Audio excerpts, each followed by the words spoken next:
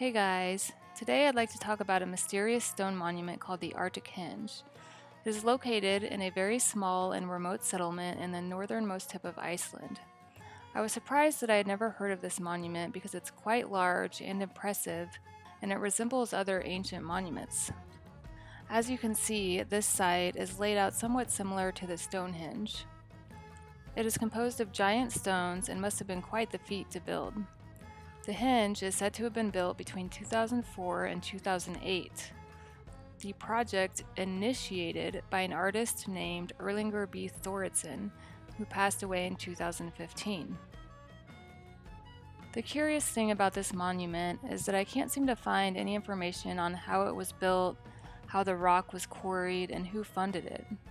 The only names given are Erlinger B. Thoritzen, a hotel manager, who is said to have spearheaded the project, and artist Hakur Halderson, who is said to have designed it.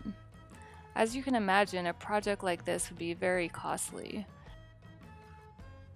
In an interview, Thoritzen said the project is not yet finished and will cost $1.5 million to finish it, so I assume a similar amount was spent on the current structure. I also had a really hard time finding construction photos. I did finally end up finding 2 photos on Flickr that show 2 of the 4 outside gates half built. A small part of me wonders if the center column, or maybe even the whole monument, may have been inherited or dug up and possibly relocated to its current location. So in this video, we'll go over more on this theory, as well as the pagan meanings behind the Arctic Henge, and I will also question if this monument could be some type of frequency generator. Before I get into my theories, let's comb through some articles discussing this giant stone sculpture and what they say the meanings are behind it.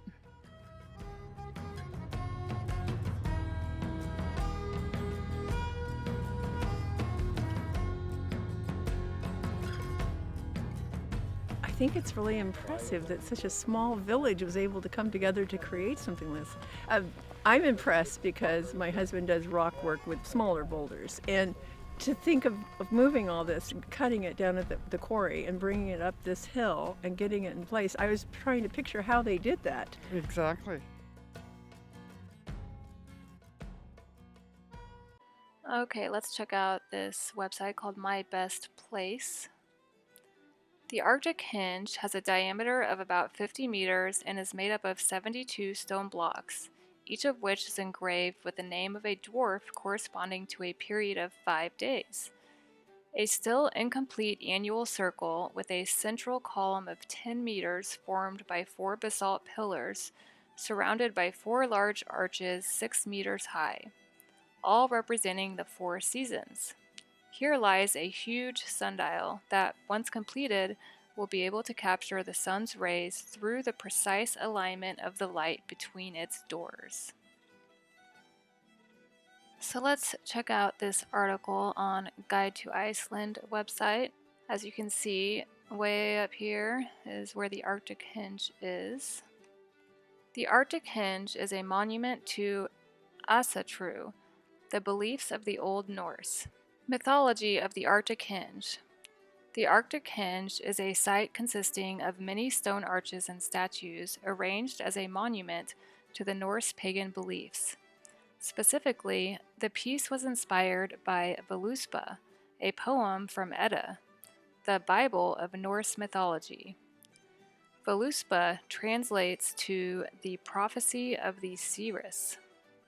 This poem describes both how the world was created and how it is doomed to end. It also describes the first man and woman created, and catalogs many mythical characters, including the dwarves. 72 of these dwarves, who are said to be symbols of the seasons of the world, are represented at the Arctic Henge, each as an individual block inscribed with a name.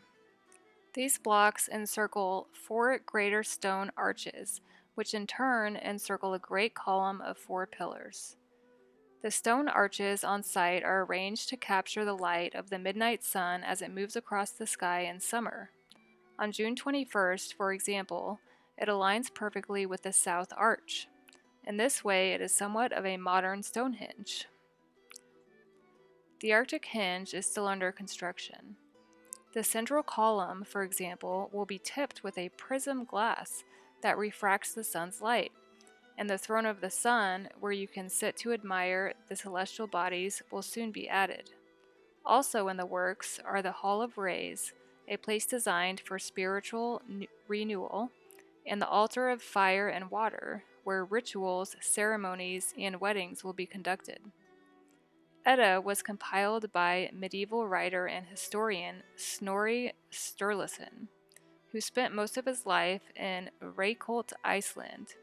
It is the primary resource for understanding what most Icelanders believed before the nation converted to Christianity in 1000 AD. In spite of religious oppression over the centuries, there are Icelanders and others who follow this form of paganism.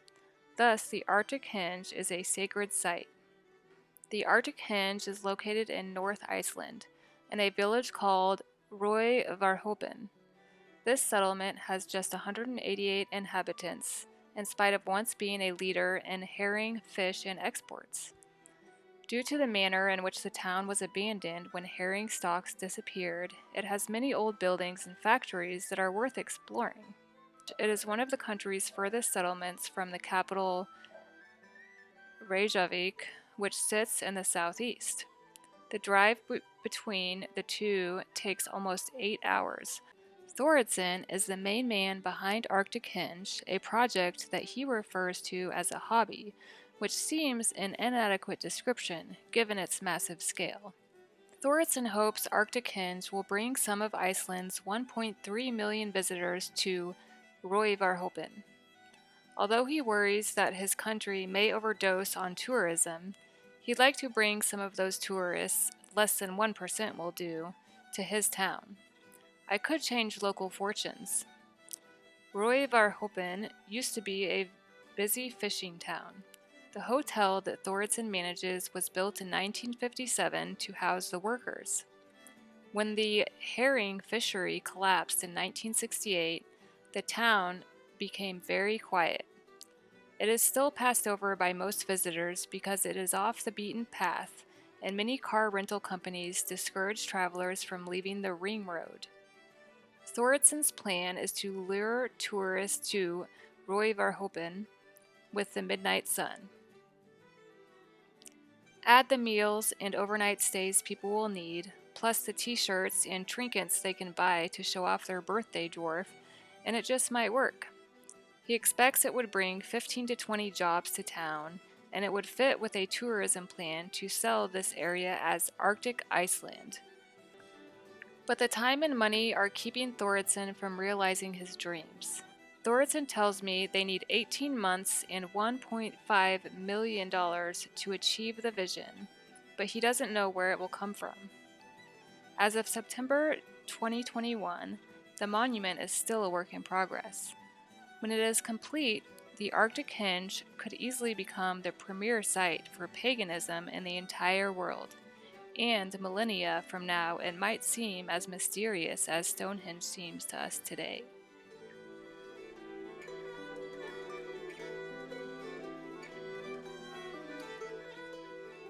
So this stone monument very well may be quarried and built between 2004 and 2008, just like they say.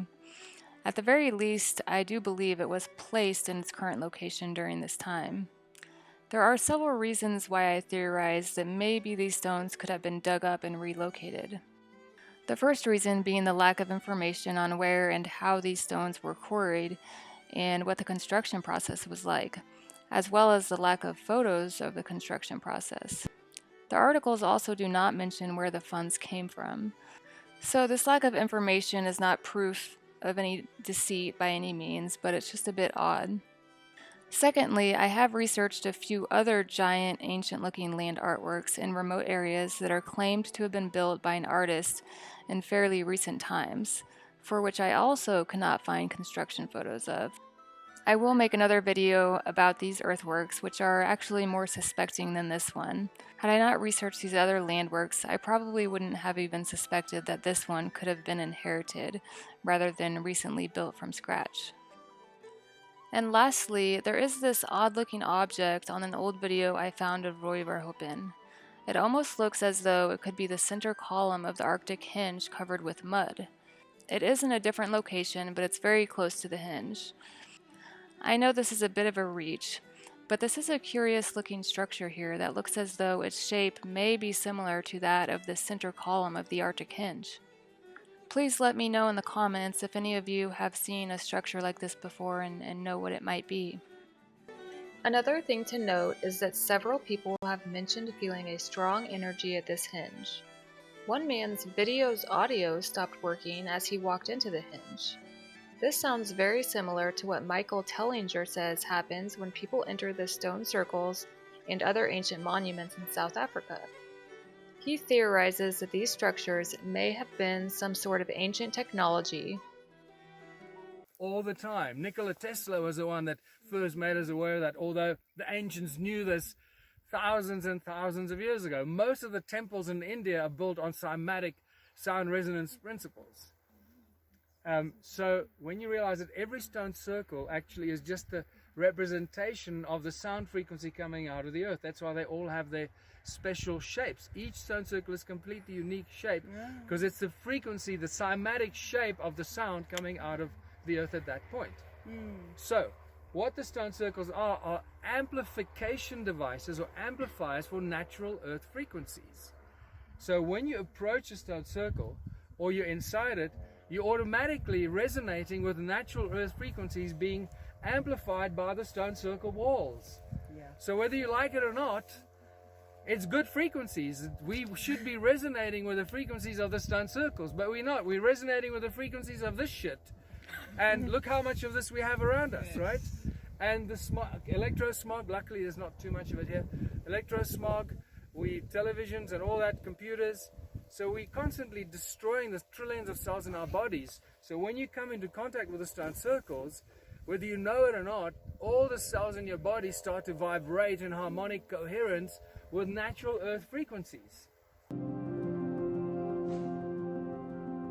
We're both feeling a bit weird as we're slowly approaching this Nordic monument. I can't be sure if it was the energy of the place or the extreme size of it or both.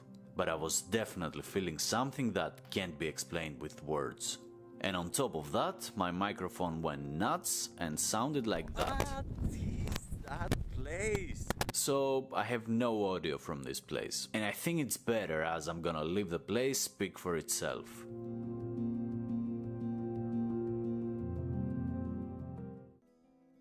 This sweet-looking old man, Thordarson, may very well be just that. A kind, humble man who spearheaded and quietly carried out the construction of this hinge all by himself in order to honor his ancestors. If this is the truth, my hat is off to him. But in the spirit of questioning everything, I'm going to throw out one more theory, which may actually be the most likely.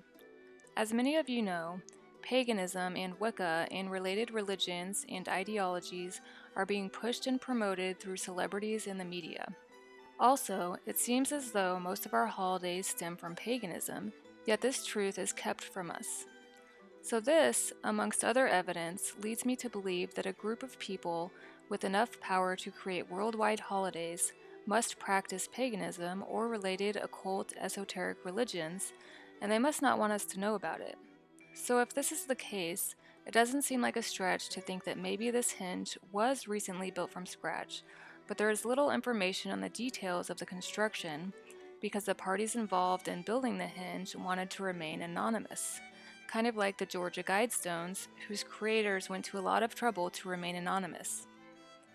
In this theory, Thordarson would simply be the front man for the hinge.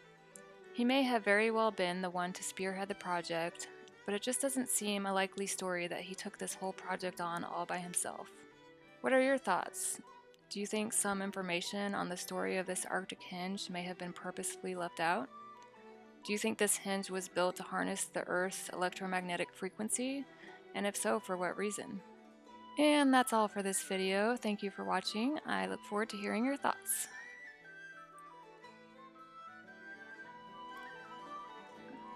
Most tourists never make it to Raufarhöfn, Iceland. Raufarhöfn. Most tourists never make it to Raufarhöfn. Raufarhöfn, Iceland.